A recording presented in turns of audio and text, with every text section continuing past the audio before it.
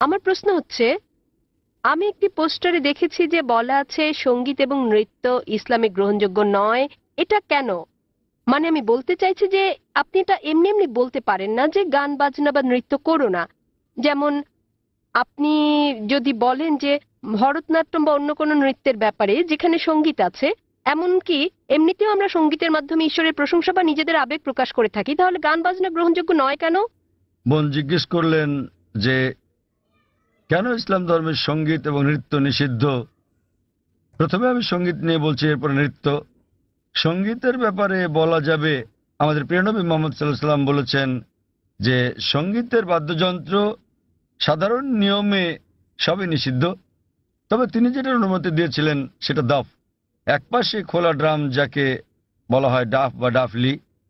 বাকি সবগুলোই নবী নিষিদ্ধ করেছেন, কারণ আপনি যদি ভেবে দেখেন এটা আপনাকে দূরে নিয়ে যায় আল্লাহ সুবহানাহু ওয়া তাআলার জিকির থেকে, সর্বশক্তিমানকে স্মরণ করা থেকে। এ কারণে যখন আমরা এরকম গান শুনি, যেমন ধরেন সিনেমার গান হোক, সেটা হিন্দি, মালায়ালাম, তামিল বা অন্য কিছু, আপনি দেখবেন যে এই হিন্দি সিনেমার গানগুলোর বেশিরভাগ কথাই একেবারে বাস্তবতা বহির্ভূত। আপনি জানেন যে নায়ক নায়িকাকে বলছে, मैं तुम्हारे लिए चांद तोड़ के लेके आऊंगा, मैं तुम्हारे लिए सितारे तोड़ के लेके आऊंगा। আমি তোমার জন্য চাঁদ নিয়ে আসবো, আমি তোমার জন্য তারা নিয়ে আসবো। আমরা জানি এটা সম্ভব না, কোনো মানুষ তার প্রেমিকার জন্য চাঁদ তারা নিয়ে আসতে পারে না। তবুও আমরা বলে থাকি পরিস্থিতি বা আবেগ ইত্যাদির কারণে। তো এই কারণে সাধারণ অনুশাসন হচ্ছে যে সঙ্গীত একজন মানুষকে আল্লাহ সুবহানাহু ওয়া তাআলার কাছ থেকে দূরে নিয়ে যায়। এ কারণে আমাদের প্রিয় নবী বাদ্যযন্ত্রকে নিষিদ্ধ করেছেন দাফ ছাড়া। অথবা সাধারণভাবে কণ্ঠস্বর, উদাহরণস্বরূপ যদি কেউ কোরআন আবৃত্তি করে, তার কণ্ঠ সুন্দর, সেটা ঠিক আছে, কারণ এটা একজন মানুষকে আল্লাহ সুবহানাহু ওয়া তাআলার দিকে নিয়ে আসে।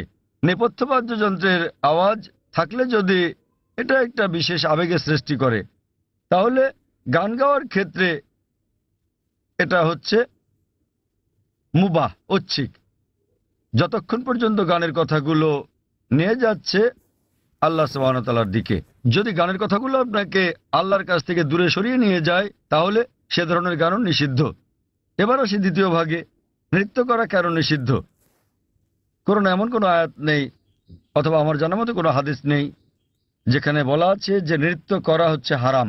কিন্তু সাধারণভাবে যেহেতু মানুষ নাচে অন্য মানুষদের দেখানোর জন্য, আপনারা জানেন যে মঞ্চে নৃত্য পরিবেশন করা হয়, যেমন ভরতনাট্যম।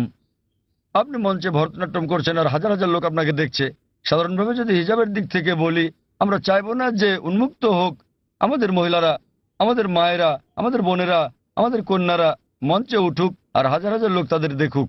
তো যে কোনো পেশা যেখানে শরীরকে প্রদর্শন করা হয়ে থাকে মানুষকে বিনোদন দেবার জন্য, সেটা নিষিদ্ধ। এই কারণেই মানুষজনের সামনে নাচা অথবা নাচ করা কোনো পার্টিতে যেখানে বিপরীত লিঙ্গের মানুষেরা থাকে, বেশিরভাগ ক্ষেত্রে নাচের নিয়মগুলো এগুলো ইসলামী শরিয়ার বিরুদ্ধে যায়। যখন আপনি নাচেন বেশিরভাগই জোড়া বেঁধে, ছেলে এবং মেয়ে, আর তাদের মধ্যে বেশিরভাগই গার্লফ্রেন্ড বয়ফ্রেন্ড, এবং তারা অন্য মানুষদের সামনে নাচে। সুতরাং যেহেতু এটা ইসলামী হিজাবের নিয়মের পরিপন্থী, এ কারণেই বলা হয় এটা নিষিদ্ধ, কারণ এটা হিজাবের নিয়মের বিপরীত। তাই বুঝতে হবে যে যখন নাচ করছেন, আপনি মানুষজনের সামনে নাচ করছেন, পার্টিতে যাচ্ছেন, আবার ঘুরে বেড়াচ্ছেন, আর না হলে শুধু স্বামী স্ত্রী মিলে যেভাবে খুশি সময় কাটাতে পারেন, যতক্ষণ এটা শরিয়ার বিরুদ্ধে না যাচ্ছে।